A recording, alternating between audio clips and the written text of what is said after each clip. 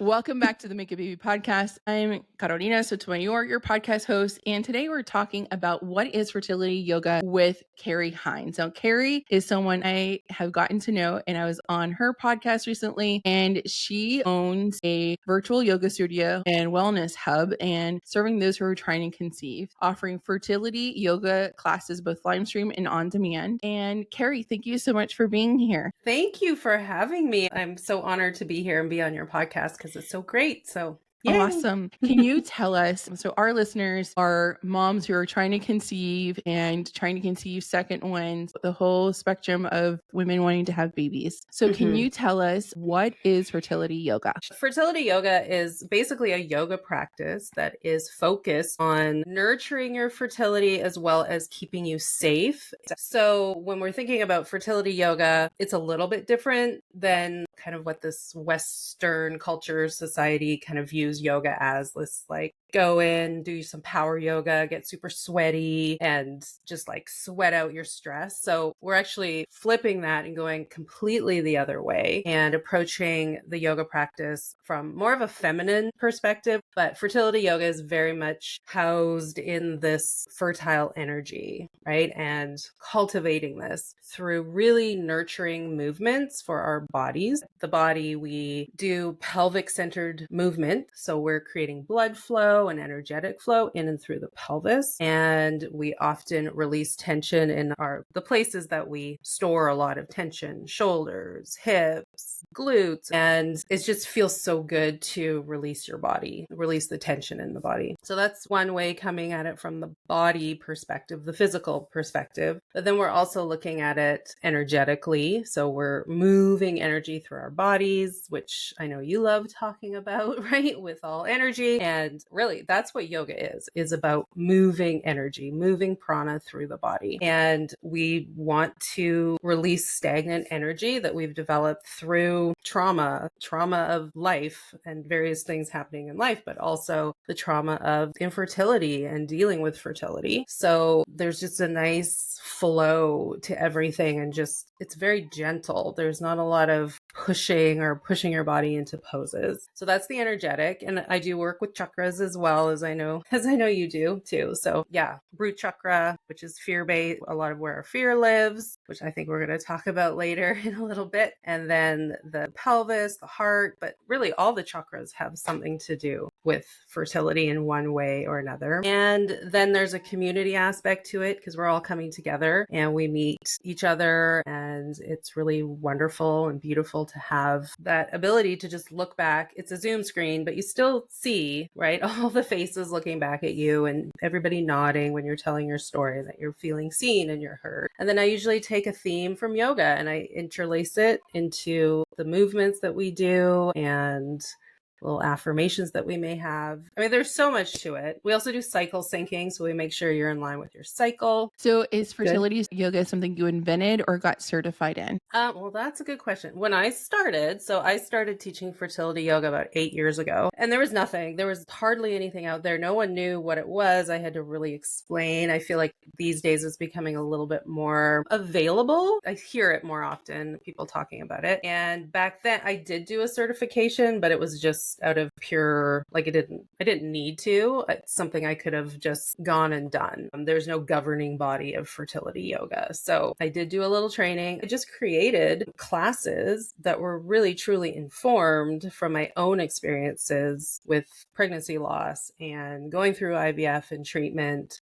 And what I felt was completely missing, and how I could offer something and support people in a better way going through it. So basically, because of your own life experiences is why you're now offering that? Oh, absolutely. Absolutely. It is my dharma. It is what I've been called to do. No, 100%. I drink that Kool-Aid. Nobody's like, I think we talked about this on your podcast. Like, nobody's a birth worker or a death doula or in this space if there wasn't some kind of trauma or they had lived a life experience that deeply impacted them, that changed their being. And they, that connected them to something bigger that they needed to do. I mean, it's the whole reason why I do what I do. So it's because it's exactly how I conceive. So it's 100%. It's the weave, the common weave that is so important, I think. And also I feel like when somebody has lived through something that you are going through, there's a comfort, there's a common ground that they just get you, and then they can hold space for you so much easier than someone who maybe is your best friend or is your person, but they have never experienced the cramping or the loss or the yearning of the baby. If nobody's experienced that kind of loss, they, either as much as they want to help, they can't reach inside of you the same way as someone who's gone through it. Oh,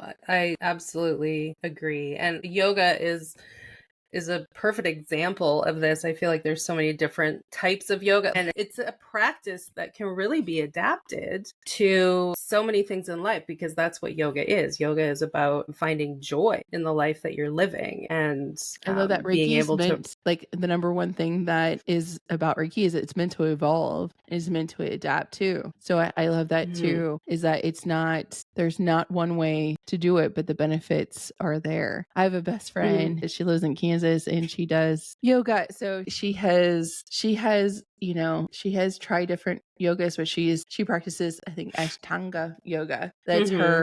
It's her specialty. So she is obsessed with it. So with fertility yoga and someone who's trying to conceive, I also get this similar question, is how many sessions would a person have to go to? It's kind of a trick question, to get pregnant. How many sessions would they need? For me, it's like, there's no set number. Everyone's different. Is it the same? Yes, I would say it's the same. I think initially people think, okay, I'm going to come to yoga because it's going to help me get pregnant faster. And it can. There's lots of research to support that doing a consistent yoga practice can support IVF and successful birth outcome. So many of my students, even after they get pregnant, they're like, I'm still going to do your yoga. And I still want to, even though I'm pregnant and I don't need the fertility yoga anymore, it's just, I love it so much. I want to keep doing it. The studies that have come out have really focused on 6 weeks, sort of as a minimum amount of time, meaning meeting once a week for 6 weeks. So not necessarily like every day for 6 weeks. I personally believe that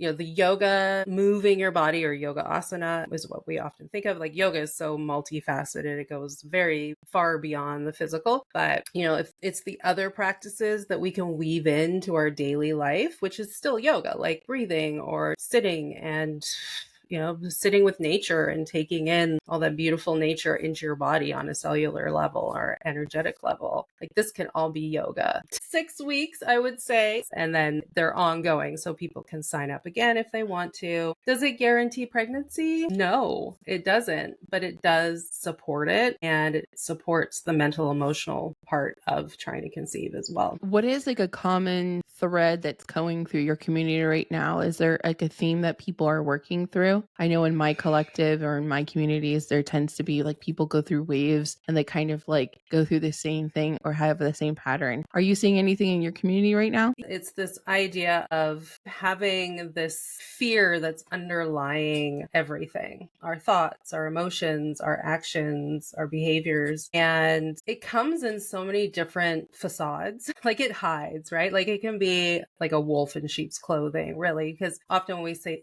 fear, it's like, I'm super scared. And like, yes, sometimes people are scared of doing the needles for doing a stim cycle and things like that, which is legitimate fear. But fear can also come up as perfectionism in our fertility journey. So perfectionism being like, really, perfectionism is the fear of failure, right? It's like trying to control everything. That's another part of fear, is like, I'm going to control as much as I can. So it comes through in these behaviors that aren't necessarily labeled as fear. But yeah, perfectionism, when we think about, I need to have perfect numbers and perfect hormones and perfect everything, perfect number of follicles to move forward. And that is really leading from fear. Or people pleasing. That's a big one that I see, that it's like a fear of rejection. Like, you don't want to tell your doctor that you disagree with them or the way that they think that your protocol should go. But in your mind or in your body and your soul, you're thinking, no, I want to take a month off, but my doctor's pushing me to do this, or my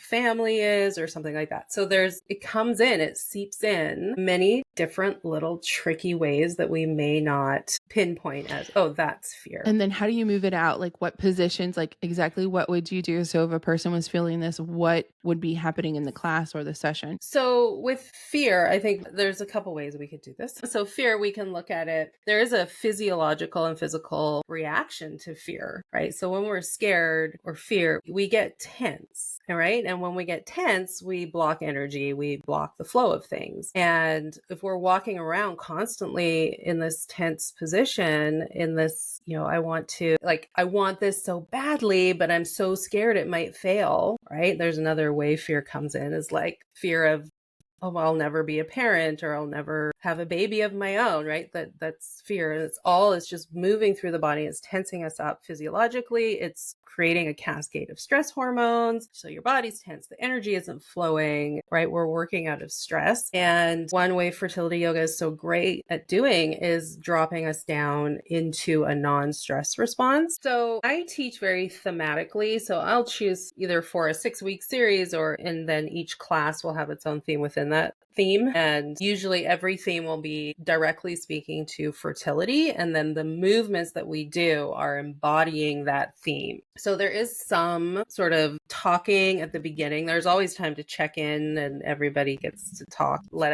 talk about where they are in their cycles or anything they want to get off their shoulders. And as we're moving through, so there's like restorative pieces, and then there's also like really slow, gentle movement. There is time for reflection on your own. So that's a group class, which is very different. I also offer privates, which will be way more like, if there's anything that comes up that we want to talk about, then we can talk about that for sure. And more tailored to very specific times in somebody's cycle. So if they're prepping for a frozen embryo transfer, we can do things that are very, very specific and supportive to that time, where in a group class, everybody's all over the map. So we're doing a great practice for everybody with modifications. But in privates, you can just really pinpoint things much better. And then I do group programs that also have one-on-one coaching and group coaching. And that's when we really get into more of the nitty-gritty, okay, where can we pivot? What are we talking about? How can we help? How can I support you for doing that? So there's lots of different ways to do it. And what is yoga's perspective on the energetics of fertility? You were talking a little bit about masculine before. Yeah. So I also study Ayurveda, which is, some people call it the sister science to yoga, where it's like life science. So understanding how the body, the mind, like how we fit into this larger system, that we're individuals and so on. And yeah, we really look at things from an energetic perspective and from prana. And we live in a society that is heavily masculine dominated. Can you, for people who are not familiar with yoga, what is prana? Prana is the life force energy, right? Where you work with it. The key with Reiki, Chinese medicine would be Qi, and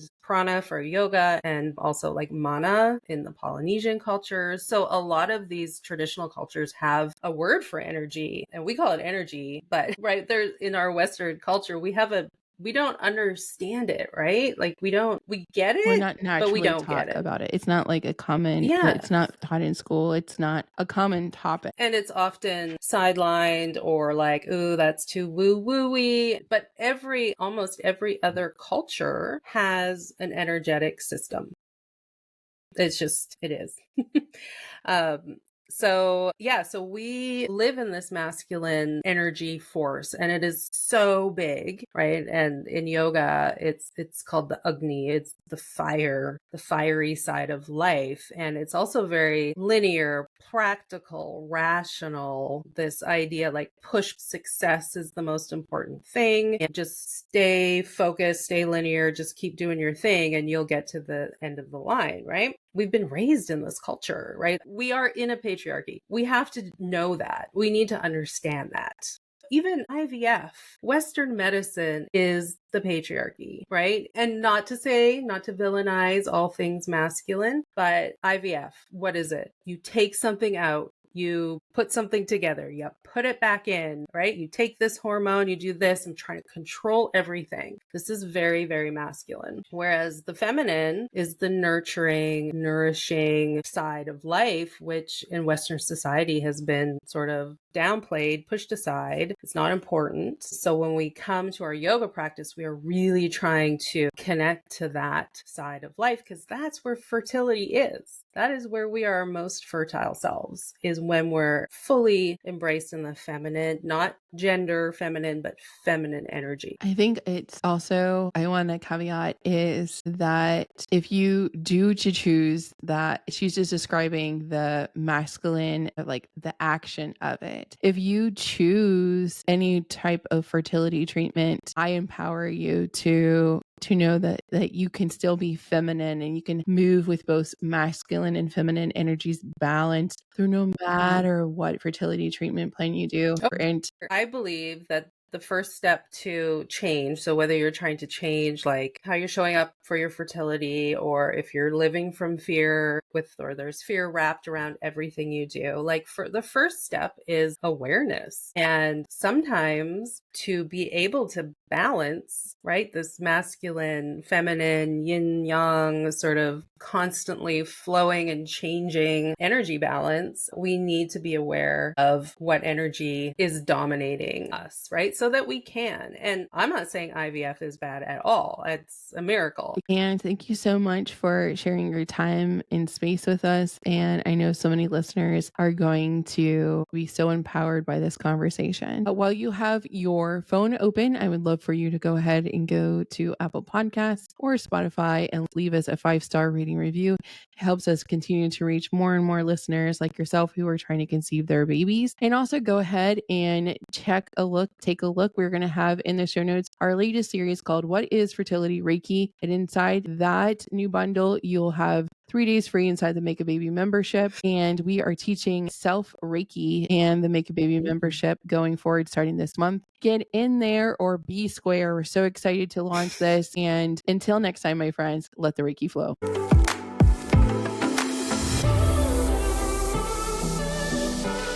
Frustrated being told you are fine by your doctor, exhausted from negative pregnancy tests every month, wanting a deeper connection on your fertility journey with your spirit baby? The Make a Baby membership is exactly what you need. Using Reiki will help you connect to your spirit baby, heal the trapped emotions blocking fertility, and support you in our life-changing community. With over 90 Reiki babies, we invite you to try the Make a Baby membership for free. Check it out in the show notes. Let's get you pregnant.